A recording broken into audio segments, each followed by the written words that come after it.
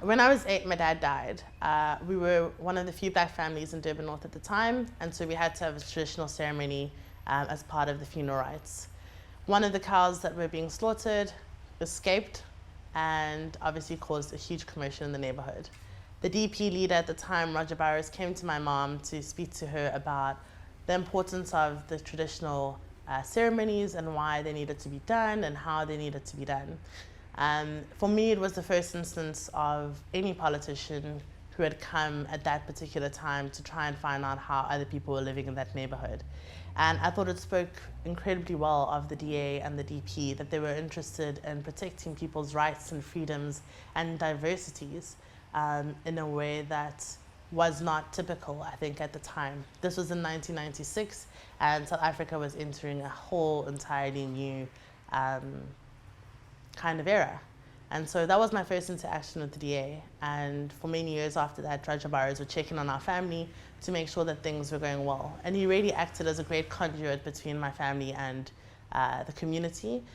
So much so that, you know, we're still there and we are now the bedrock of that community.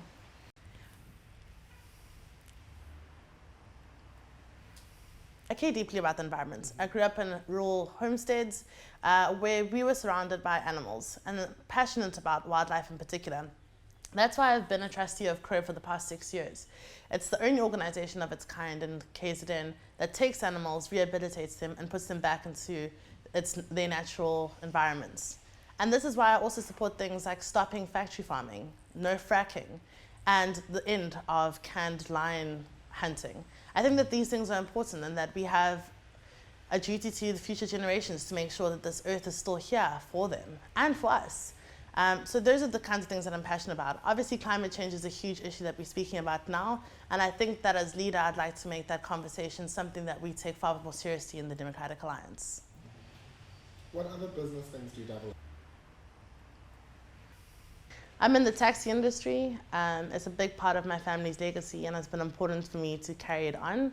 But I also have a property business where I take homes in township areas, I renovate them so that they can be places where young families who often can't get finances to buy places can rent them out to their families. I try to put a particular emphasis on making sure that there's a nice yard for children because that's important for me, particularly because in township areas we haven't made sure that we have enough parks and recreational places for homes, for families.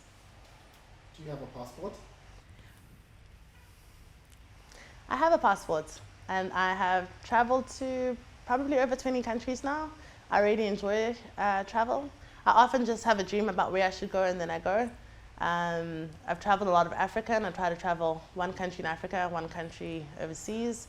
And one of my favorite experiences was climbing up an active volcano in Guatemala. Anywhere you haven't been that you still want to go?